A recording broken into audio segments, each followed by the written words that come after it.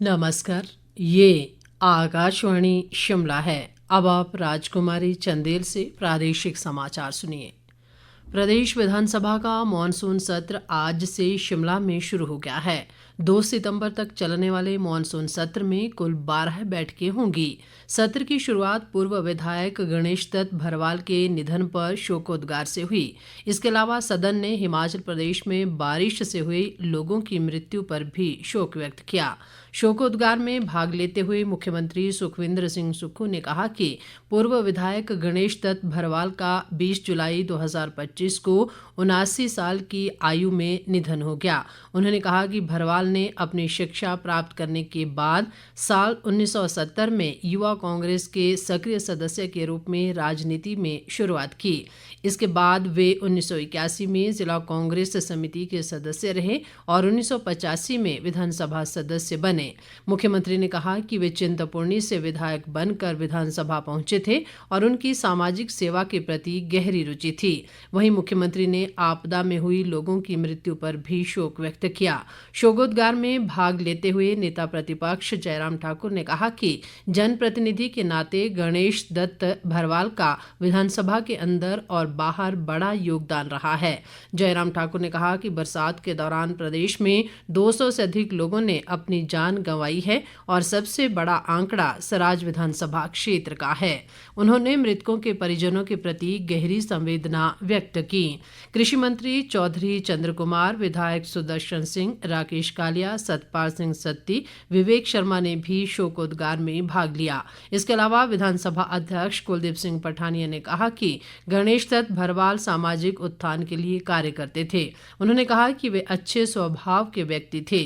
विधानसभा अध्यक्ष ने प्रदेश में भारी बारिश से हुई लोगों की मृत्यु पर भी शोक व्यक्त किया।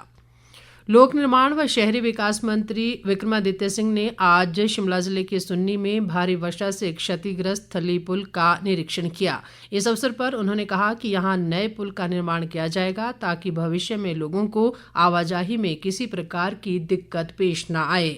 इससे पहले विक्रमादित्य सिंह ने सुन्नी में अस्पताल परिसर में प्रस्तावित क्रिटिकल केयर यूनिट का औचक निरीक्षण भी किया। उन्होंने कहा कि क्रिटिकल केयर यूनिट केंद्र सरकार द्वारा प्रधानमंत्री Ayushman Bharat health infrastructure mission की मदद से बनाया जाना प्रस्तावित है। जो हमारा शिमला ग्रामीण निर्वाचन क्षेत्र है, यहाँ पे हेल्थ सर्विसेज को बेटर करने के लिए हमने प्रदेश सरकार से और केंद्र सरकार से इस मसले को उठाया और मुझे खुशी है ये कहते हुए कि शिमला जिला में 2 क्रिटिकल केयर यूनिट्स अप्रूव हुए हैं, एक रोडू में और एक हमारा सुन्नी में, जो करीबन 25 करोड़ रुपए की लागत से इसका निर्माण होगा, जिसमें ट्रॉमा सेंटर, इमरजेंसी सर्विसेज देने के लिए सभी सुविधाएं उपलब्ध रहेगी। और मुझे विश्वास है कि जब ये बनकर तैयार होगा तो इससे सुन्नी क्षेत्र के लोगों को तो सुविधाएं मिलेंगी ही, मगर मंडी जिला का करसोग का क्षेत्र है, वहाँ के लोगों को भी भरपूर फायदा हमें मिलेगा। बाकी समाचार अंतराल के बाद। आंधी, तूफान या वर्षा के दौरान बिजली गिरना बहुत ही आम बात होती है। ये आकाशीय विद्युत के प्रवाह से उत्पन्न होती है और ऐसी अवस्था में सावधानी बरतना बहुत जरूरी है। बिजली गिरने का आभास होते ही तुरंत घर के बिजली के उपकरणों का कनेक्शन काट दें। ऐसे समय में सचेत रहें। बादल की तेज गर्जन के समय यदि आप कहीं बाहर हो तो ऐसे में खंबे, दीवारों, पेड़ों, टॉवरों आदि से दूर रहें। और संभव हो तो किसी छत की आड़ लें और तुरंत ही जमीन की ओर झुके और घुटनों व हाथों के सहारे किसी सुरक्षित स्थान पर पहुँचे। साथ ही बिजली गिरने के दौरान आप घर के अंदर हैं तो ऐसे में पानी से दूर रहें। नहाना धोना आदि घातक हो सकता है। हिमाचल प्रदेश राज्य आपदा प्रबंधन प्राधिकरण द्वारा सूचना जनहित में जारी। बाकी समाचारों में, प्रदेश के अधिकांश क्षेत्रों में मॉनसून की वर्षा का क्रम आज भी रुक रुक कर जारी रहा। राज्य के अनेक क्षेत्रों में भारी बारिश, बादल फटने, भूस्खलन व बाढ़ से जनजीवन अस्त व्यस्त हो गया है।